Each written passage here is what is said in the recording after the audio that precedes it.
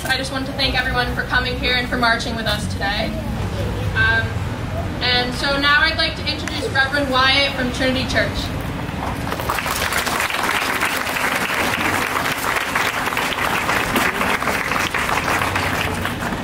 Hello, friends. It is good to come together as neighbors and friends who are passionate about public safety and about human life. I have been invited to lead us at the beginning of this time in a moment of reflection or prayer.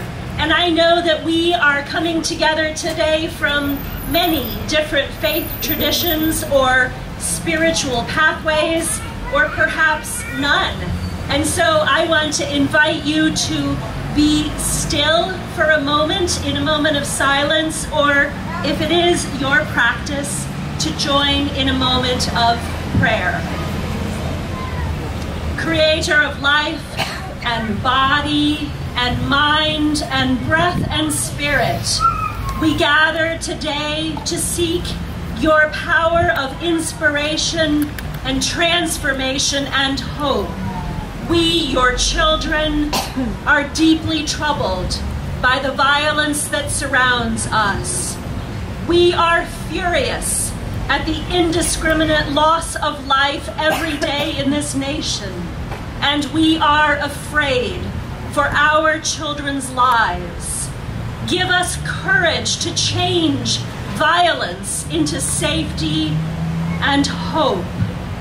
We mourn today for precious bodies and spirits lost to us, most recently in Buffalo, New York, in Uvalde, Texas, in Tulsa, Oklahoma, in Ames, Iowa, in Racine, Wisconsin. And we weep with families devastated by 233 mass shootings in our nation already this year alone. And we know the depth, the life-changing forever depth of the pain in our town as we continue to mourn our own losses. And our hearts go out to those whose suffering we know so well. Creator of life and body and mind and breath and spirit, something is terribly wrong in our nation. Weapons of massive destruction in the wrong hands and too easily. Give us courage to speak and act together for change, for the sake of our nation, for the sake of our very souls. Give us courage to change violence into safety and hope. Turn our mourning into motivation. Turn our paralysis into prophetic speech. Turn our despair into action, and move us from isolation into collective power. We ask this in the name of all that is holy, whatever names we use for you.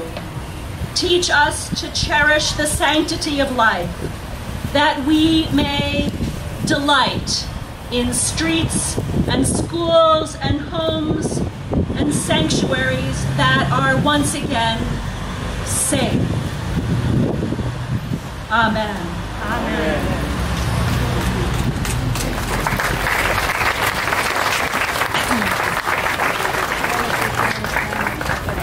Hi.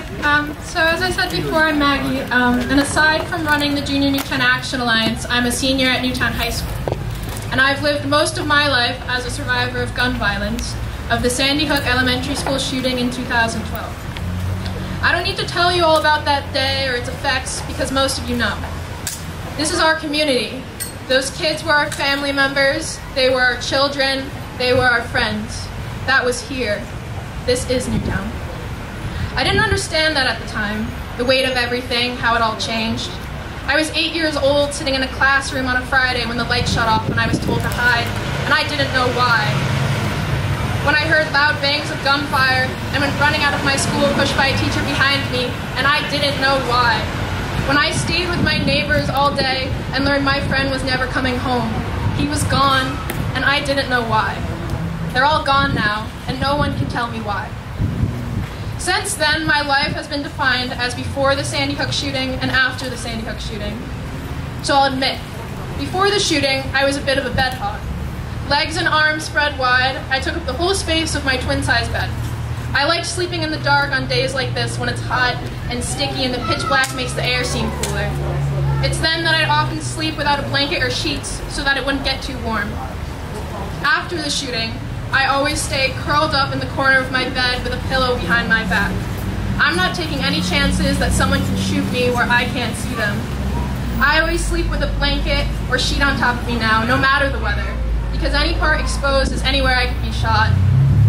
I keep a bright light on so I can see every crack and crevice of my room. If a shooter is hiding somewhere, I can see them. Before I bury myself under covers, I take a quick scan of my room. Then I scan again. Maybe just one more time. Then I'm okay. Most of the time. That's my life now. For 10 years, our community has been stricken with grief, torn down, and devastated by our losses. It hasn't gotten better. It hasn't gotten easier. But as a way to deal with my trauma, I've decided to fight for change. I've been pushing all this time, pleading for representatives to prioritize my safety and begging political leaders to think of their children before they pick a side. But it's been 10 years and now Uvalde. Now more communities have been stricken with grief, torn down and devastated by their losses because our government couldn't bring them change. Somehow, thoughts and prayers didn't carry much weight. I guess never again and enough is enough weren't as powerful as we thought. So what is? We've worked so hard and fought for so long, and yes, we've made progress in some states, but not nearly enough at the federal level. I'm tired, I'm mad, and I'm enraged. I don't want apologies or false promises anymore. I want change. Yes! Yeah!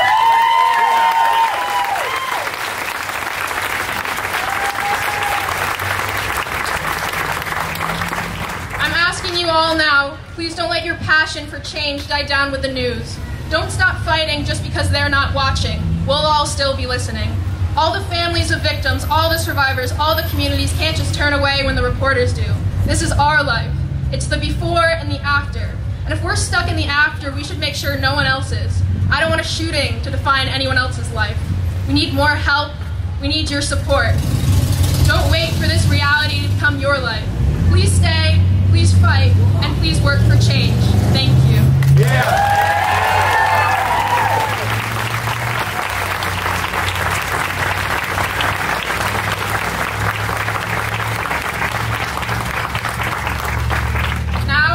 To introduce First Selectman Dan Rosenthal.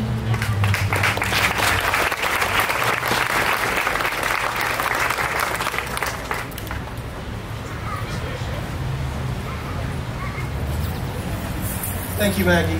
Thank you for the touching remarks. I think I drew the short straw because I follow Maggie and I come before Senator Blumenthal, but here I am. You know, as I contemplated what I wanted to say this afternoon, you know, it's been said that gun violence causes a ripple effect. It feels awful like a tidal wave now.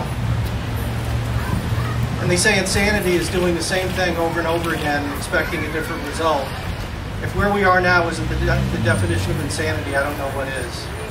So I prepared a proclamation, and when I worked with Poe Murray on the statistics for the proclamation, because it's been 2 years since we issued it, the statistics didn't get better. I know you're not surprised by that. They get a lot worse. So if you'll indulge me for a moment, I'd like to read it. Town of Newtown, Office of the First Selectman, Proclamation. Whereas gun violence is a major public health problem in the United States, and whereas every day 120 Americans are killed by gun violence and countless others are injured, and whereas each year more than 3,000 children and teens die from guns, it's now the #1 killer of our children. Whereas June 2nd, 2022 would have been the 25th birthday of Adia Pendleton, a young woman who marched in former President Obama's second inaugural parade and was shot and killed just a week after. And whereas to help honor those whose lives are cut short and the countless survivors who are injured by shootings every day, a national coalition of organizations has designated June 3rd, 2022 as the 8th annual National Gun Violence Awareness Day. And whereas by wearing orange on June 3rd, we renew our commitment to reduce gun violence pledge to do all we can to keep firearms out of dangerous hands and encourage responsible gun ownership. Whereas on June 3rd, 2022, I urge all citizens to support Wear Orange by wearing orange to honor all lives cut short by gun violence. Now therefore be it resolved that I, Daniel C. Rosenthal, First Selectman, join hundreds of local and state leaders across the nation in dedicating June 3rd, 2022 as Gun Violence Awareness Day. In witness whereof, I have hereunto set my hand and caused the seal of the town of Newtown to be affixed this 3rd day of June, 2022. So I thank you, and I perhaps have one observation. It may or may not be popular. I think that the gun package in the House, I'm hearing, is likely to pass, and thankfully so. It's the Senate where our concerns are. We need 10 votes in the Senate, and Lord, I hope we get them. We really need to come together here and figure out a way. The orange is super important. The sign, most of that is true, but the hashtag Republicans, look, I know there are Republicans here that are in this crowd that favor common sense gun reforms. In fact, 90% of us do, so that includes Democrats and Republicans. We have to come together, but we need their help. So as much as I love the enthusiasm, I'm not sure that's going to bring us together. We need 10 Republicans to get this done, so I beg them to join with Democrats and pass these reforms. Thank you.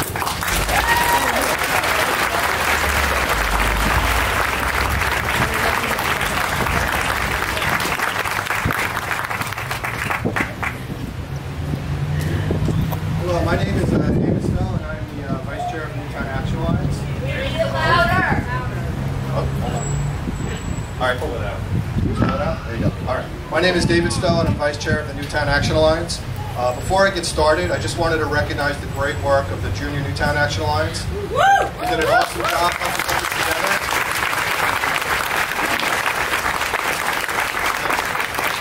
We're really proud of this group, as well as all of those students that have been involved with the Junior NAA dating back to 2013 when the organization started. Yes. Yep. It's not easy being a teenager, and even more so finding your voice on an issue that has had a significant impact on your lives growing up in Newtown and in our Newtown school community. You should be proud of yourselves, and we look forward to seeing the great things you achieve as you continue on your journeys.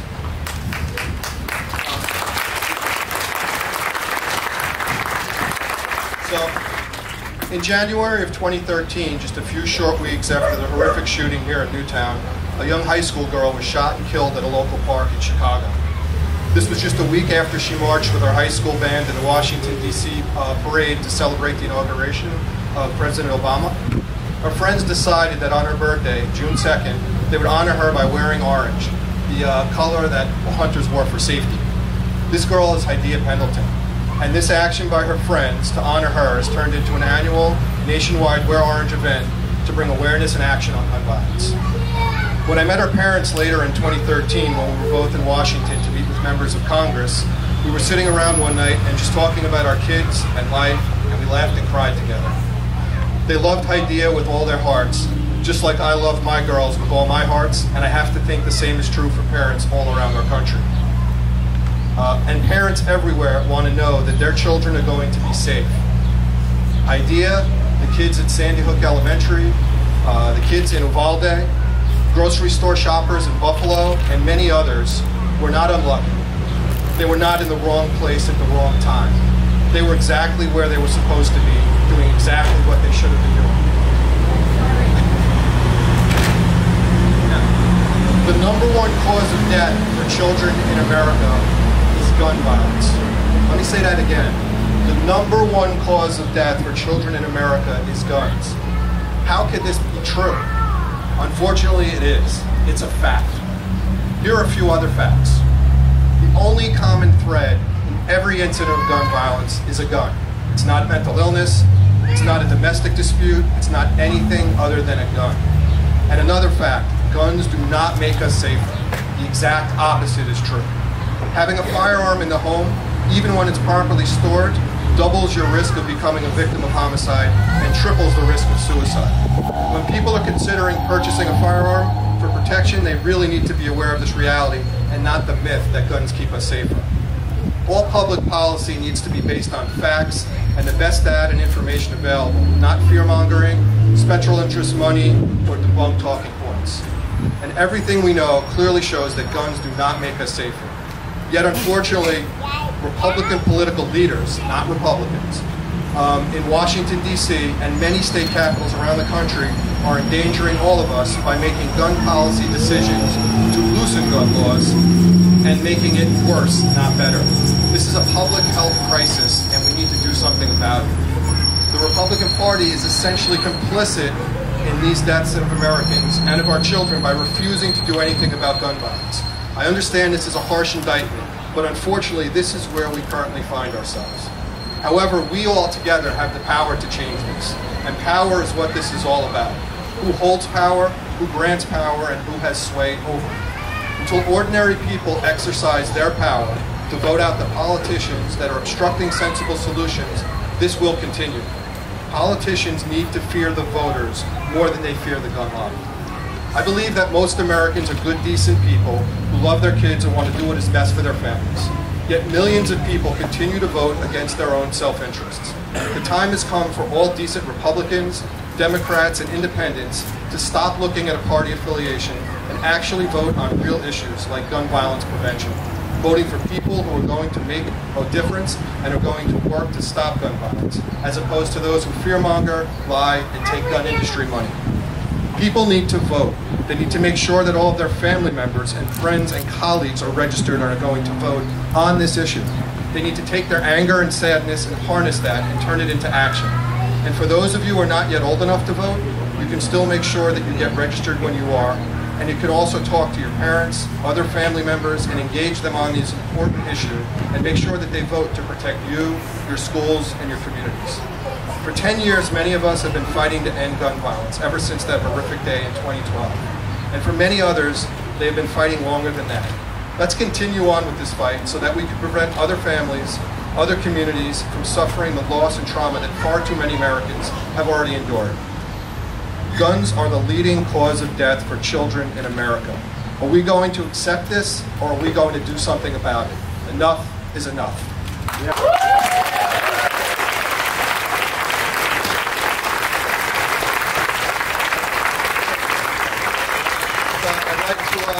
Invite up Mark Barden and Nicole Hockley now. They are co-founders of Untitled Chapter.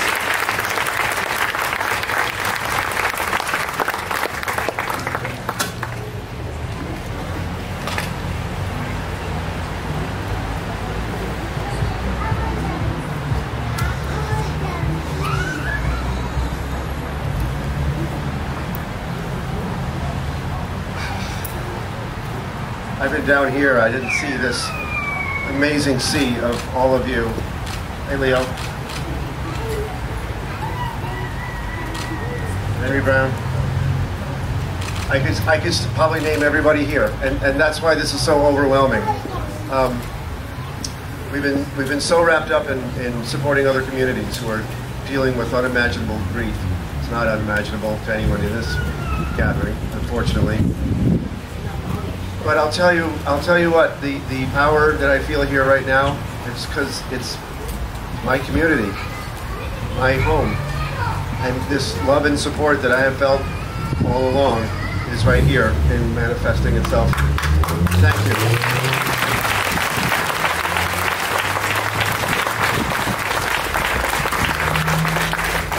And there's a lot of people who are suffering this pain who don't get this love and support, so remember them too. Families across this country are losing loved ones to gun violence, to preventable gun violence every day, and they don't get this. And I just want you to know how much I appreciate it and how fortunate I know I am. And think of those folks who are not getting this warmth and this love, because it is powerful and it's healing. And I can't say, here's what we need to do. You already know. You're here. You're already doing it, so thank you. The tricky part is sustaining it, is keeping it going. It's like a diet or a workout program. That's the hard part, is keeping it going. There is hope. This movement is a movement now, and it's more powerful than ever. It's because of all of these people like you and all these communities who are doing this. And these young people right here.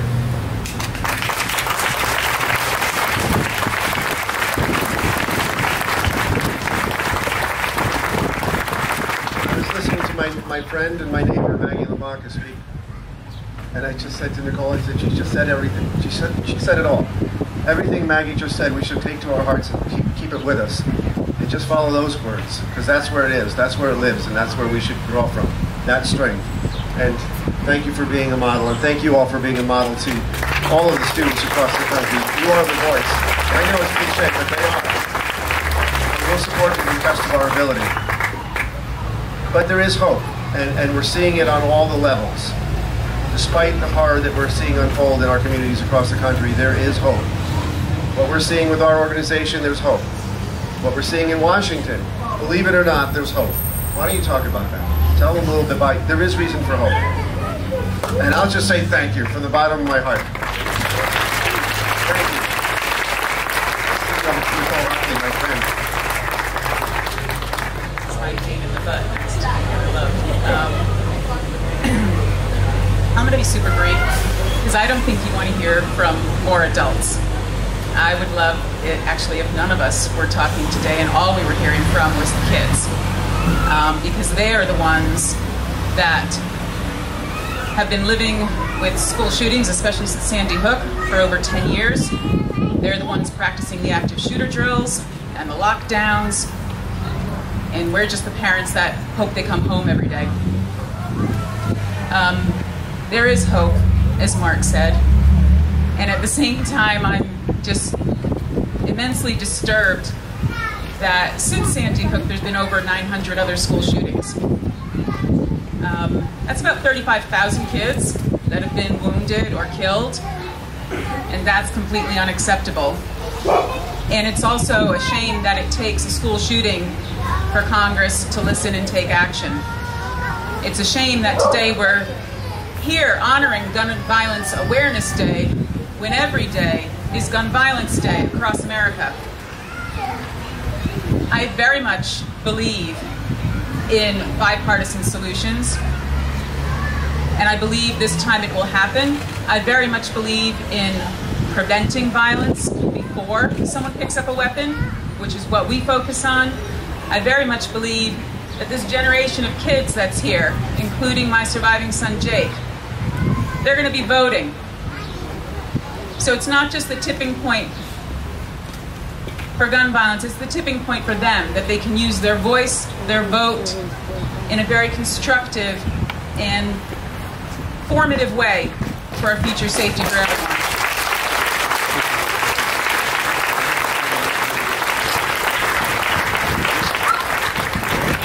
And I just want to thank, like Mark said, I can't name everyone here. I moved to Newtown in 2011, and honestly, since Dylan was killed, I kind of keep my head down around town. So if you see me and I don't see you, please know, or you don't think I see you, please know I do see you. I do feel you, the support and the love that I know you give us, all of us, every day.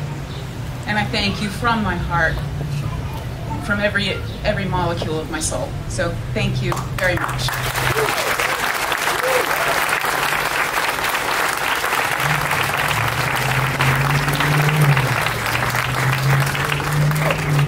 So I have the honor of introducing a legislator who has been working so hard for this, who's been advocating for this genuinely from day one. A good friend of mine, Senator Richard Blumenthal. Oh, I didn't say you're blending in.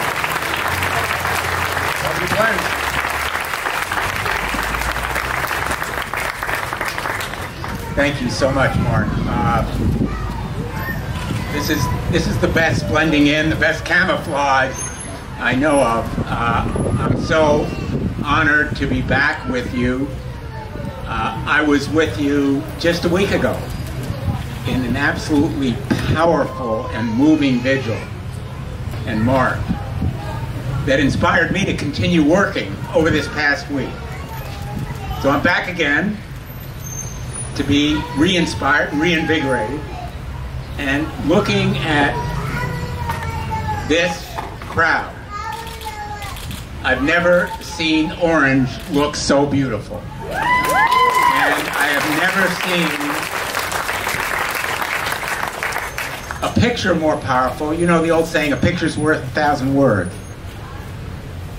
We are working literally dusk to dawn. Senator Murphy, myself, a bipartisan group, and let me put it very bluntly, it's put up or shut up time for Republicans. And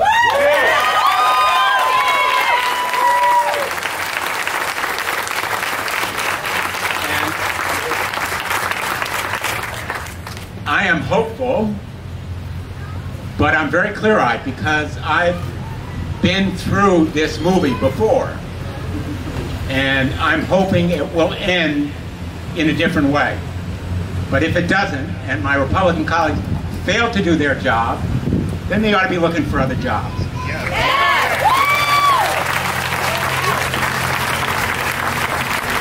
And here's what I sense is new. And I'm hearing it. I have to believe my Republican friends are hearing it all across the country. America is saying to us, you have to do something. You have to do something. The killing must stop. Since our last vigil, there were more mass shootings. Vigils give us inspiration. They empower us emotionally. But words alone and marches and vigils require action. We need action now. We need it now because people are continuing to die, 100 people a day. And I just want to say that clearly the President of the United States gets it because his call to action last night says to the United States Senate, you must do something. Seize the opportunity and do it now. And I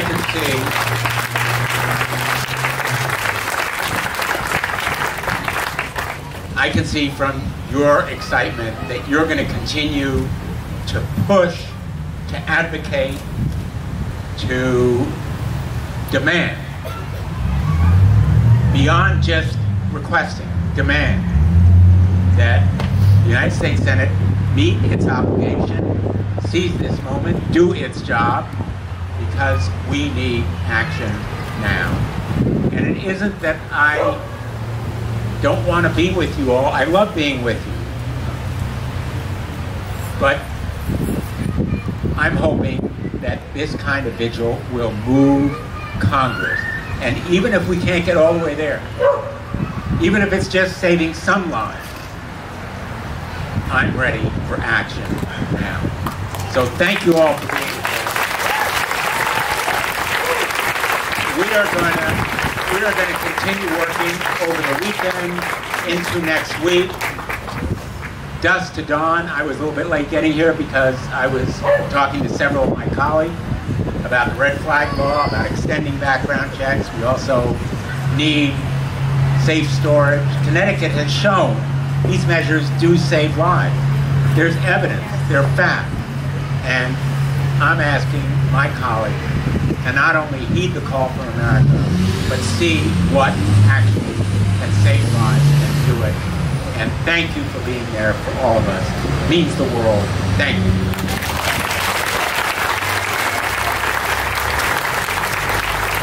I'd like to invite up Jim Allen to say a few words. Jim Allen is a Newtown community member, and he also happens to be a really good musician. Thank you. Thank you, Senator. Thank you, Action Alliance, and everyone here. After the shooting in Uvalde, Senator Joe Manchin said, "The filibuster is the only thing that prevents us from total insanity." With this false excuse, he and Democratic Senator Kristen Sinema, along with any number of Republican senators, refused to suspend the filibuster to allow voting on genuine gun reform in the Senate. But the Senate routinely suspends the filibuster to approve judges. And the Senate routinely suspends the filibuster to raise the debt ceiling.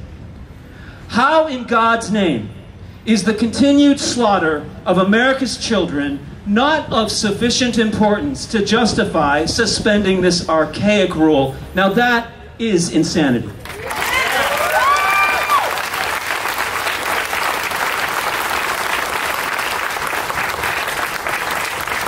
I think we all feel such a range of emotions. We're tired. And at the end of the day, I'm really angry now. Really angry, and I bet a lot of you are too. And yet, we carry with us this hurt and this desire to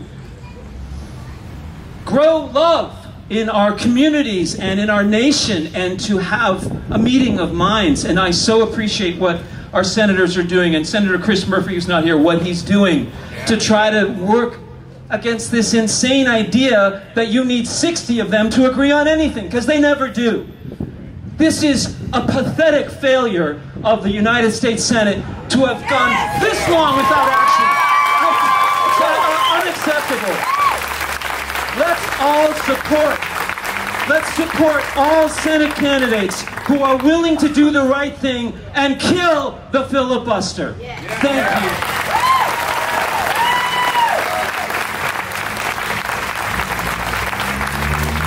Now I'd like to welcome Reverend Henry Brown from Mothers United Against Violence.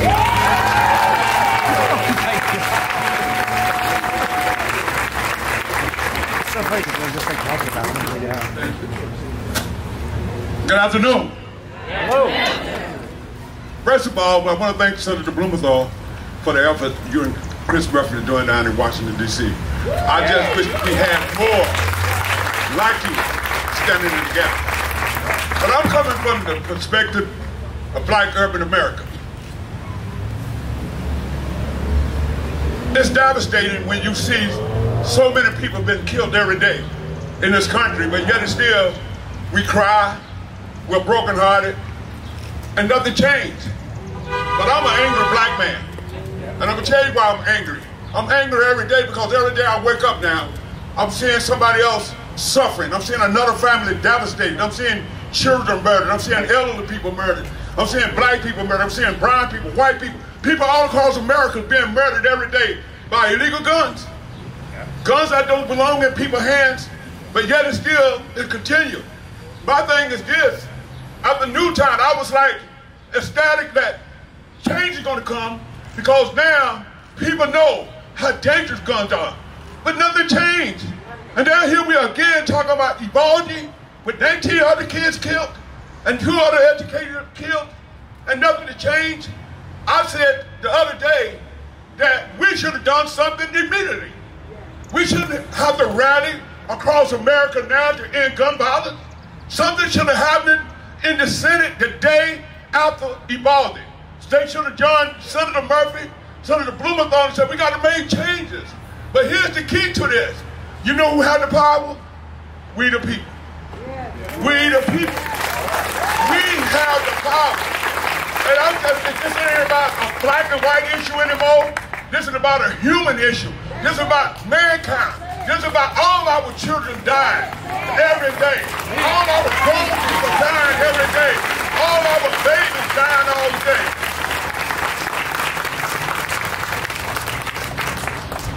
In the last 21 years, I have did over 700 vigils for people in my community buying gun violence. We have 16 now, and every day we wake up, it's a sign of gun violence.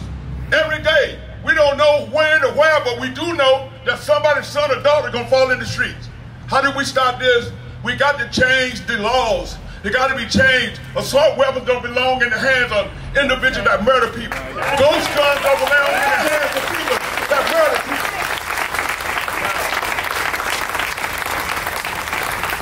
When I heard about Uvalde, only thing I could do was cry. I cried because I felt helpless. Because there's nothing I can do. But I know that babies were being murdered. Innocent babies that had a right to be in that school. As a matter of fact, many of them was getting ready to leave the school for summer vacation and never made it. So how did we change that? The people. The voice of the people.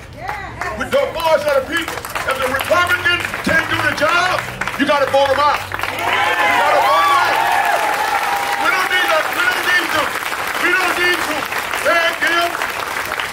to tell them, do your job.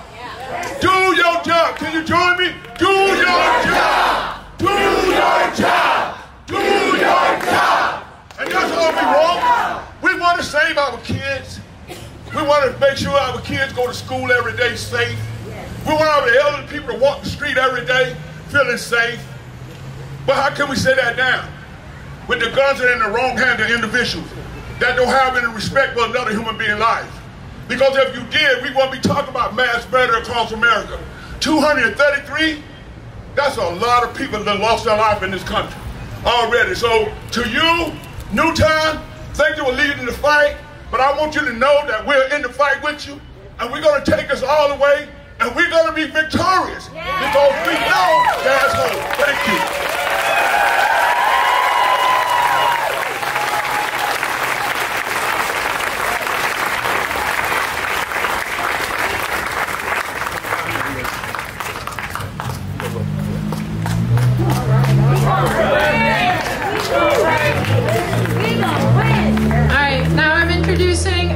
From Newtown Democratic Town Committee. He's the Outreach Chair.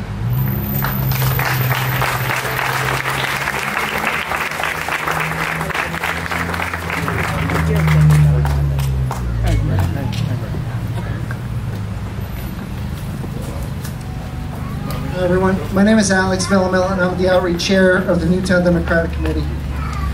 Although my role is to primarily reach out to Democrats in Newtown, in this particular instance, I'm here to reach out to all of you.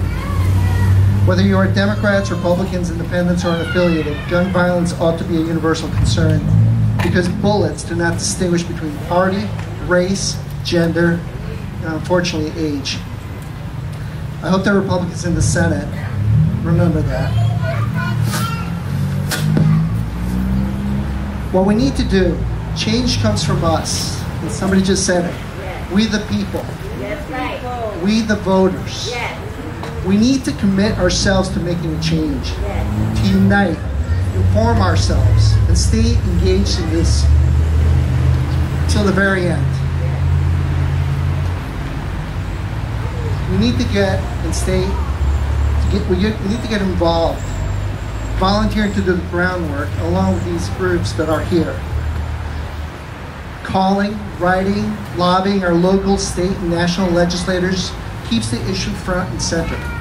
This is something that the Junior Alliance kids of these groups have been doing for years, but the lack of tangible movement on the gun issue shows us that we need to double our efforts to make necessary changes. These groups need our support. Politically, from here until November, we need to look at the people who represent us in government and ask them, what have you done for against gun violence?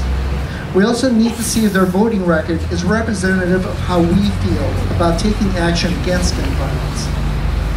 It's about accountability. As far as the candidates wanting to represent us locally in Hartford or Washington, D.C., we need to ask, what will you do to control the violence? In order to stop the tragic loss of life, we need legislators who will aggressively treat this like the epic battle that it is. So, commit to engage in the work and look for people who will represent our interests. That is our job. We cannot afford a business-as-usual approach from our representatives if we're to eradicate this problem. We need to put people in place who represent our anger, our disgust, and our will to act without hesitation, honoring the lives that have been lost, and cognizant of the fact that this cannot remain a status quo.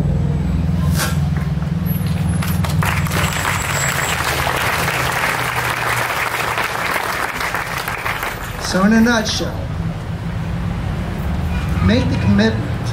This needs to be sustained. It needs to not just be once in a blue moon.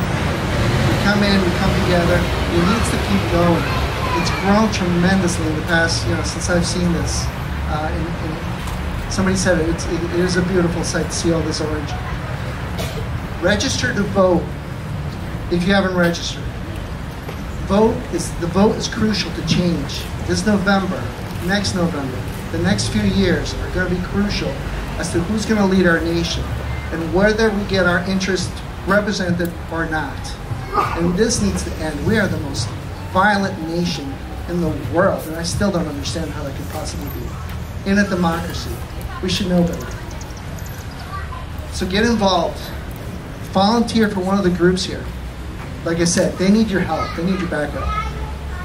Talk to your representatives about this issue. Make sure you know exactly where they stand on this issue, because this is crucial. Meet the candidates for state or federal office and pose the question, what are you going to do? And hold them to it. Should they win, we need to hold them to it. If you have any questions on how to participate, reach out to our local Democratic Town Committee. There's actually there's an information form being floated around. If you haven't signed it, sign up. We'll follow up and we'll make sure that you're engaged in this issue and other important issues. Lastly, between us citizens, our groups, and our representatives, there's a lot of power in our unity that we need to harness and leverage in order to bring the necessary changes. It's really up to us. Thank you.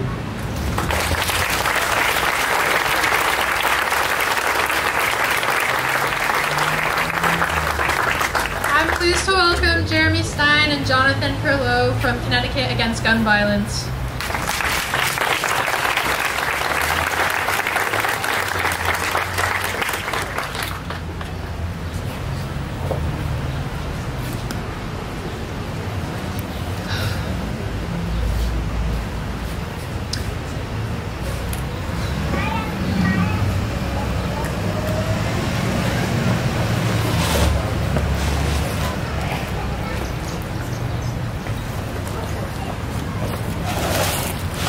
This is like home to me. This is the first place I moved in Connecticut. My wife grew up here, just around the corner from the elementary school on Glen Road. I was a first responder with Newtown Underwater Search and Rescue, was a captain. And I don't want to be here. I gotta be here. We have to be here, and we have to make some noise, people. And I'm sorry, but that's not good enough. We need to make some noise here, people. All right. Now we're getting started. Now we're getting started. So let's get warmed up, because I am fired up here.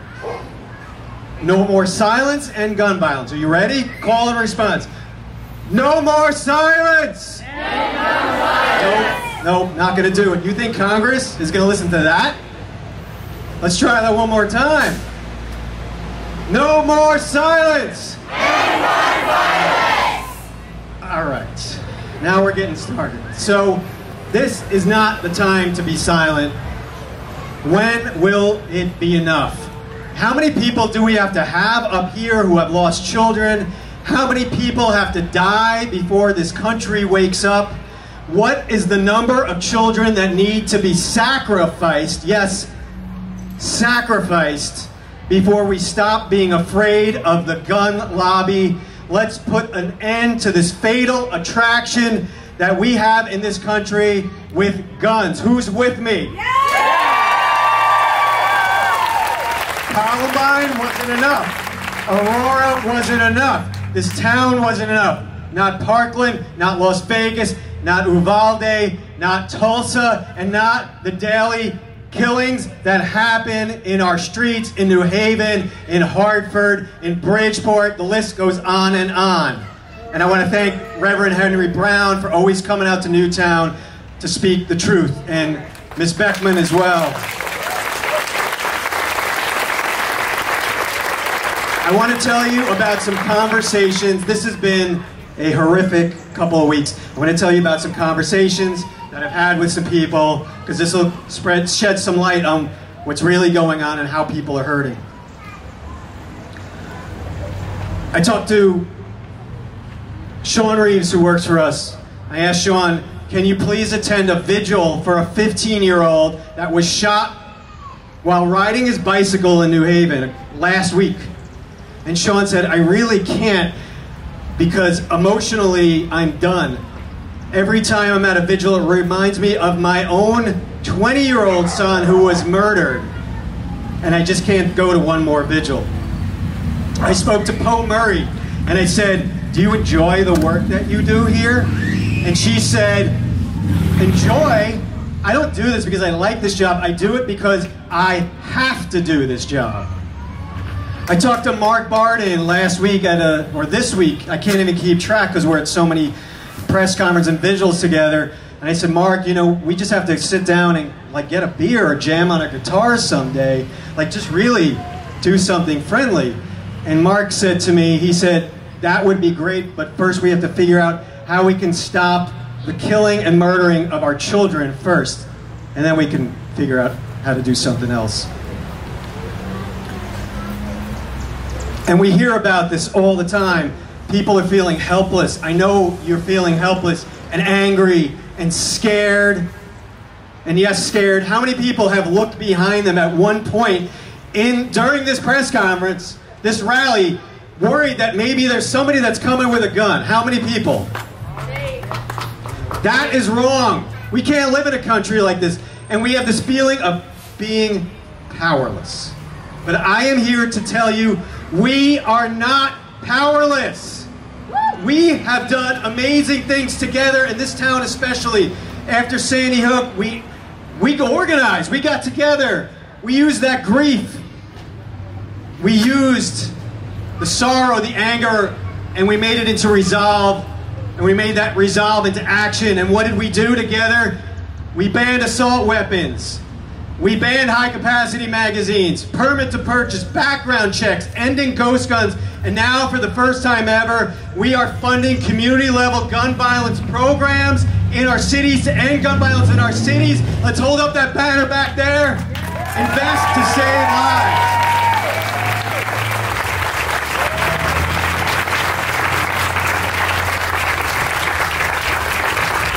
And I want to thank Senator Blumenthal for being that champion, because he knows all too well that every state in the nation needs to follow Connecticut's lead, or Congress decides to pass common sense gun laws, because our lives are all at risk until we do that. So let's give it up for Senator Blumenthal, who is there, sometimes alone, but thank you.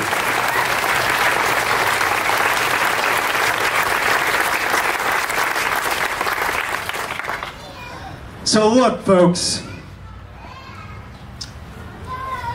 we gotta do this. There is no choice.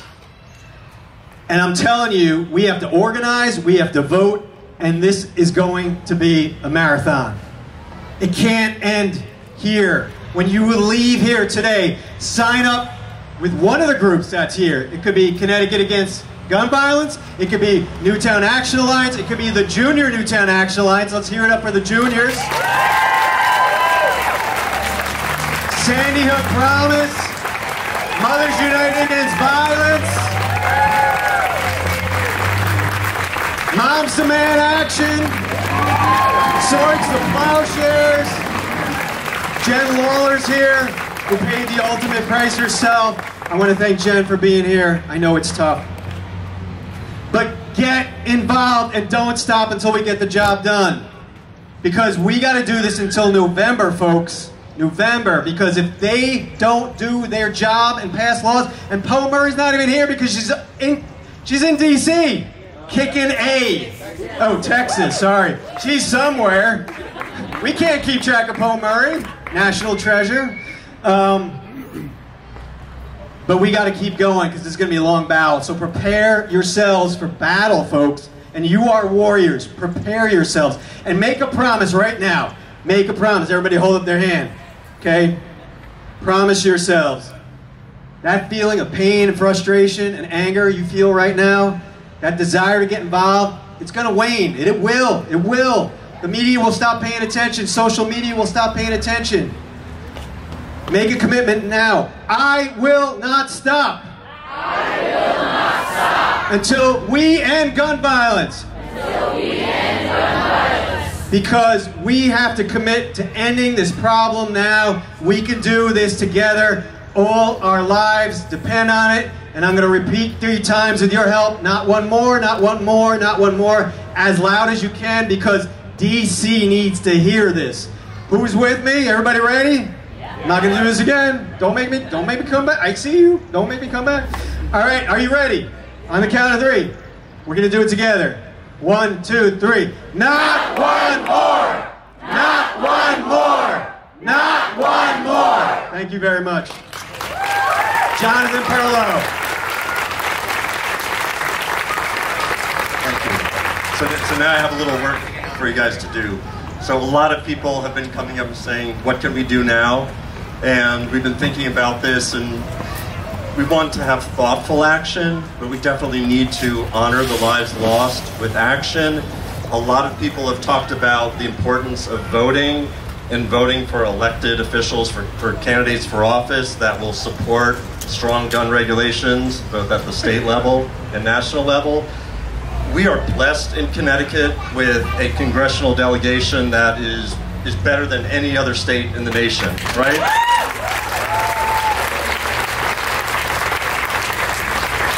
But not all of their re-elections are assured. And here in Connecticut, there are elected officials in the state legislature that do not support our agenda. And there is a person running for governor against Ned Lamont, who in 2018, when he last ran for governor, said the Sandy Hook bill was a bad bill. Now he's changed his tune a little, and he says now the laws that Connecticut has are good or great. But he didn't say anything about strengthening them. So we need to make sure that Ned Lamont gets reelected. Yes. We need to make sure that the representatives and senators that are in the state legislature support our agenda, and so we need to get them reelected or get new ones elected. And the way to do that is to get people to vote. The problem in this country is not enough people vote. You guys all vote, so I don't need to tell you to worry about voting. But we started a campaign earlier this week, and we are going to sign up all of you and lots of other people to send letters to people who don't vote all that much in competitive districts, places where we need to turn out the vote. So we started this on Tuesday, and we set a goal to get people to pledge to write 10,000 letters to voters in Connecticut. We hit that goal this morning. So now our goal, pretty cool, yeah? Now our goal is 20,000 letters. So what I need you to do is take out your cell phones. If you didn't do it already at our booth, take out your cell phones and text letters to 72572. So I'm just going to stand here for a moment and let you do that. We're going to make it really easy for you to do it. We're going to have like virtual letter writing parties. We will have in-person events around the state. We will help you host your own letter writing parties. So this is the biggest thing that you guys can do, is I know you all do this, is to recruit other people. For the last 5 years, I've been doing postcard parties and letter writing parties, and it's a great way to get people involved who are a little less involved in political action. You can have a lot of fun just getting together, having some fun, and sending out letters by the thousands. And it's a technique that is proven to work. We wouldn't be asking you to do something just for the sake of doing something. This increases turnout. We're going to target it to the voters that we need to turn out. So thank you so much for coming, and thank you everybody else.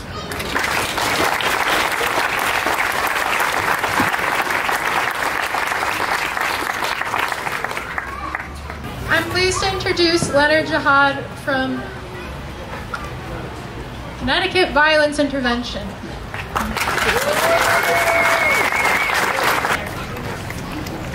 Good evening. Good evening. Good evening. Good evening. I came all the way up to Newtown from New Haven.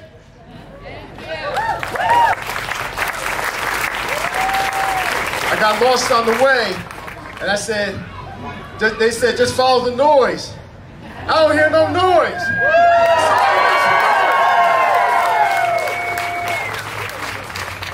I came up here to make a little bit of noise, but trust me, I'll take the noise back to New Haven after I'm done. Everyone, the Sea of Orange is amazing. Moms Demand Action, are we here? I take the new pledge. I'm taking this fight on like a mom. I'm gonna fight like a mom. protect our kids. We're going to protect our kids and not guns. We're here to protect our kids and not guns.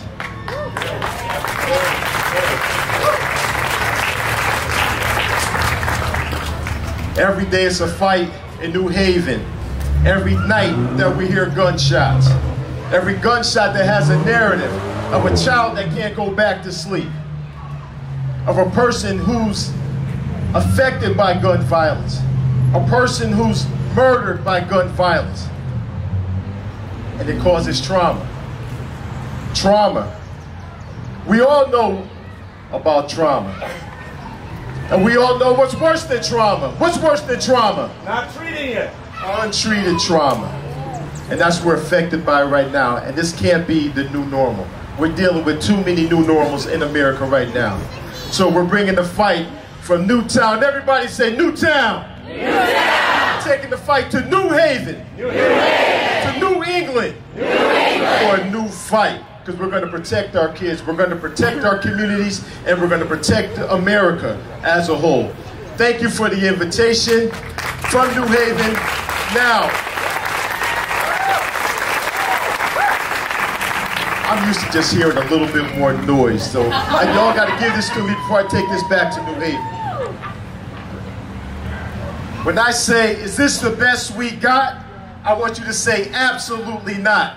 Is this the best we got? Absolutely not. Is this the best we got? Absolutely not. Okay, I'm satisfied. I'm going back to New Haven, but remember, I'm going to fight like a girl, all right? I'm going to fight like a mom.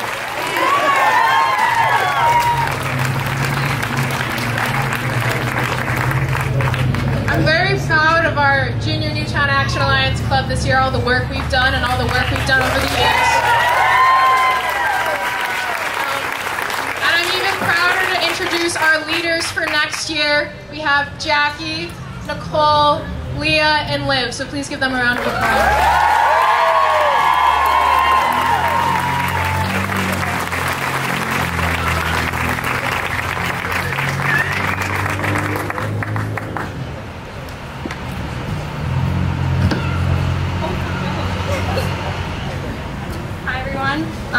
Can everybody hear me?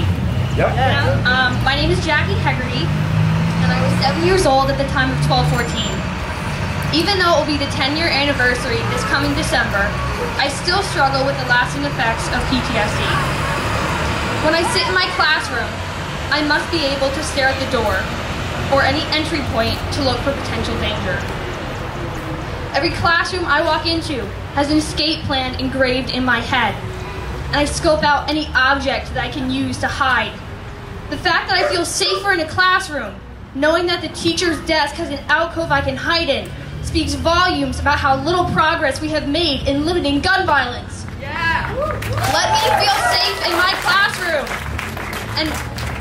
and be able to learn without being anxious every time I hear a loud sound.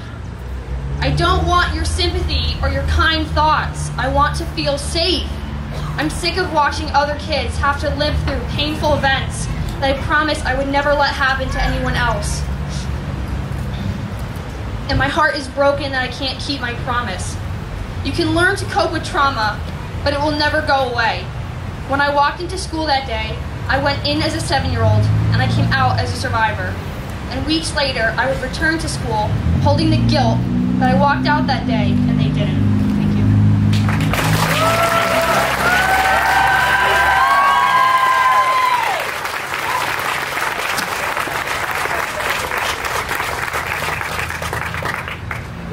My name is Leah Crevin. I was in 2nd grade when 26 people were painfully taken from our community. I attended a different elementary school in Newtown, and I can still picture every minor detail from December 14th.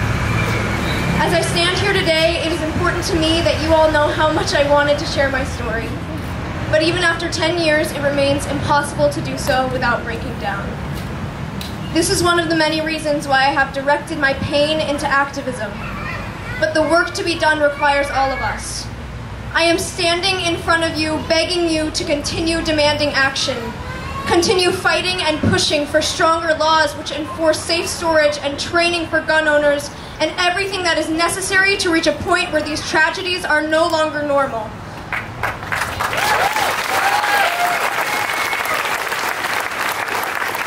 Our Newtown community has been grieving for nearly a decade, and this grief is not just limited to us. Honor everyone who has been affected by taking action and putting an end to gun violence.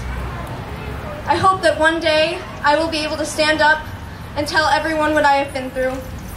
And I hope that even more my peers can do the same. But for now, even through the pain, we must continue this ongoing work until every parent is able to see their child get off the bus, until every spouse returns safe from work, until every friend can go to the mall and live long enough to wear the clothes that they bought, until every sister, neighbor, father, aunt, grandmother, friend, and loved one can go out into the world without fear of being the next victim.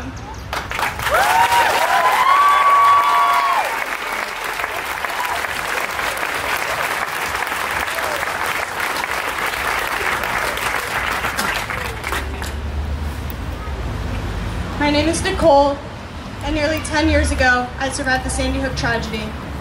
I am now finishing my junior year in high school, and we rally here today still fighting for safer gun legislation.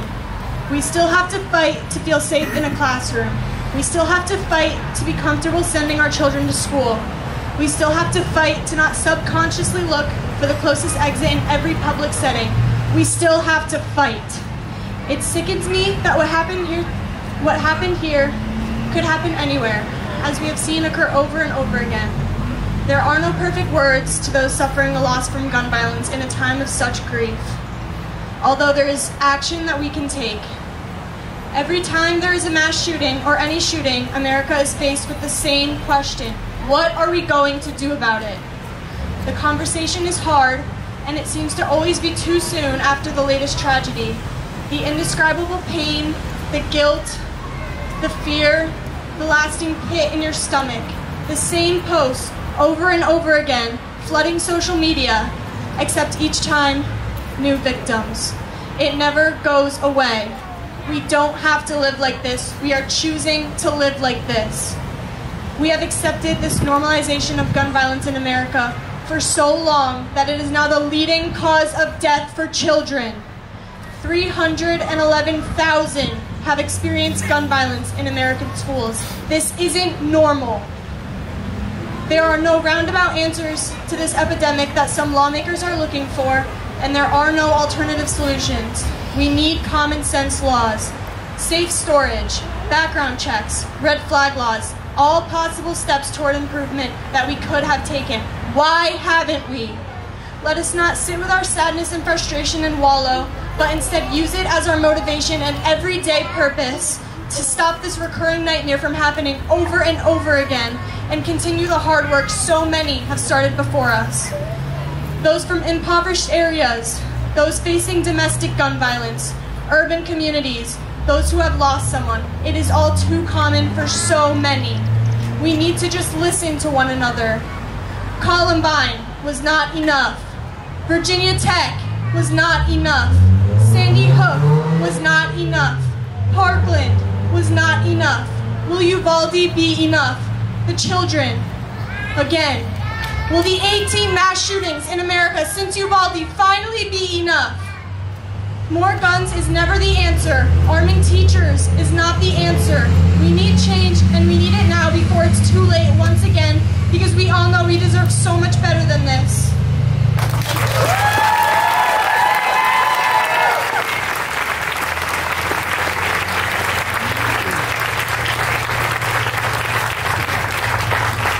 Next is Miriam. She's going to be reading one of her poems.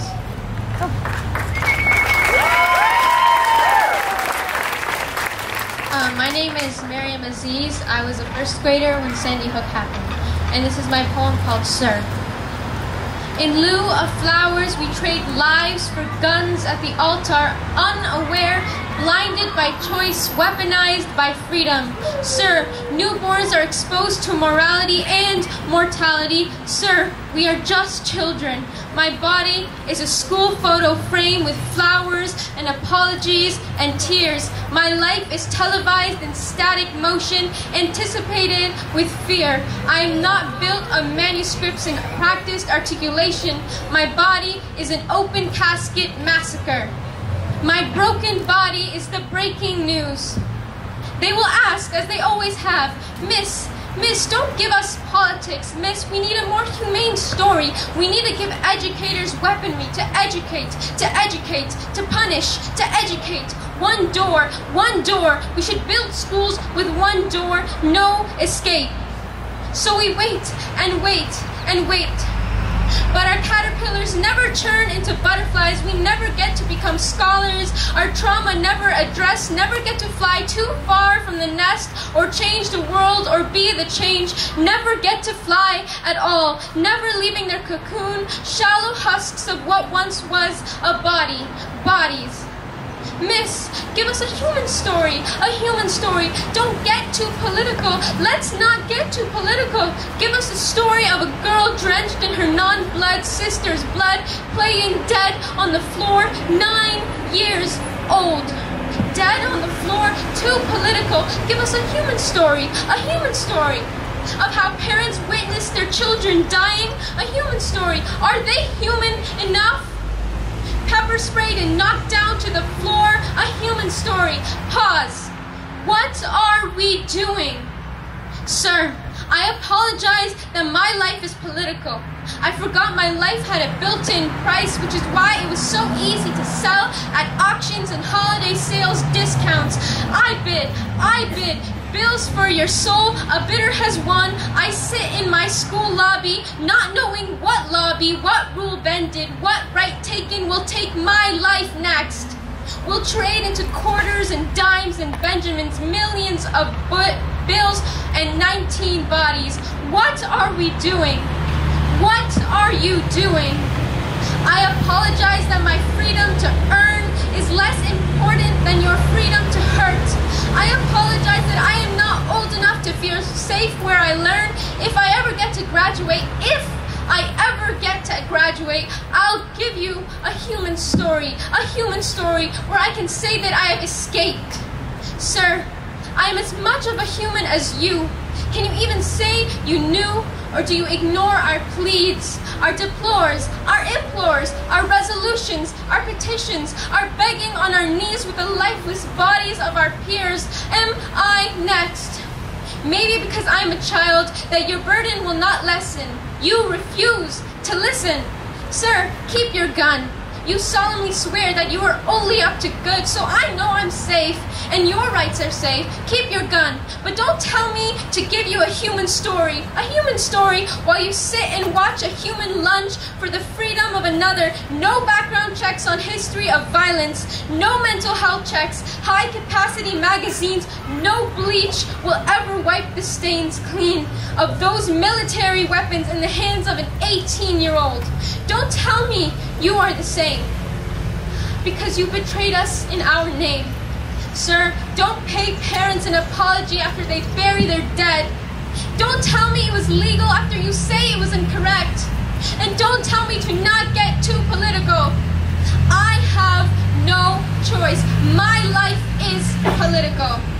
Our lifelines have been hanging like thin and frail late autumn vines, barely holding on, since Columbine of April 1999. And don't make my choices, sir. I want to be alive.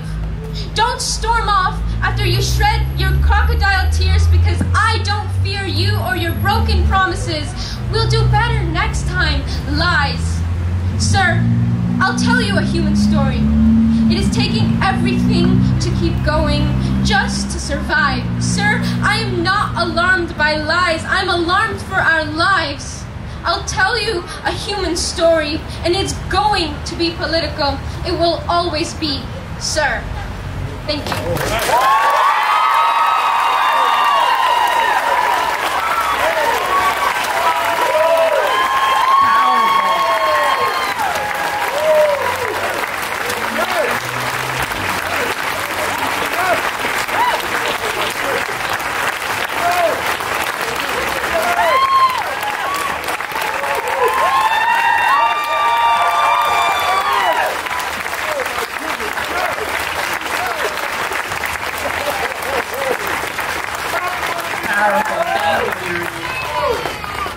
Okay, so we're just going to wrap this up, and we are headed to march down to NSSF.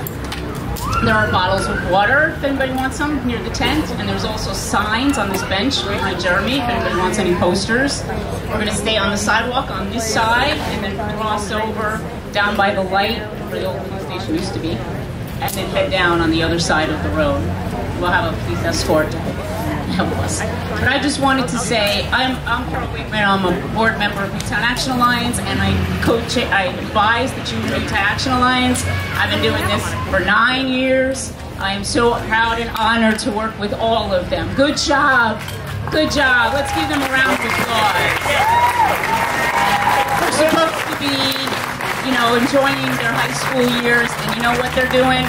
Marches and rallies and die-ins. Let's give it up for Carol! No, it's about the kids. It's all about the kids, and I'm really honored and proud of them. And even though I hate to see this class graduate, I'm looking forward to the next group. Thank you all for coming out and participating. Let's not give up, like Jeremy says. Can't give up, right, Jeremy? Not one more. Thank you.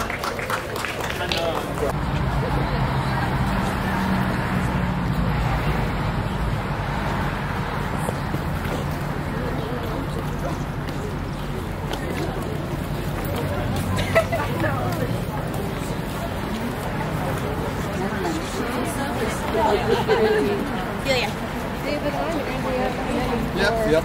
This is Avalon. Avalon was Jeremy's very first weekend. Oh, okay. She's now working at March for our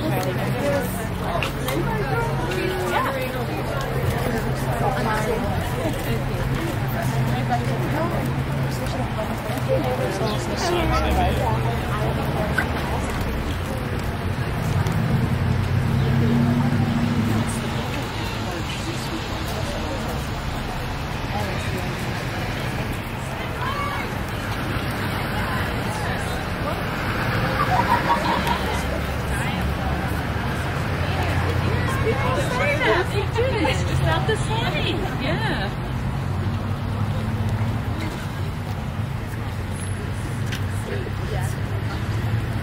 They're just forcing around.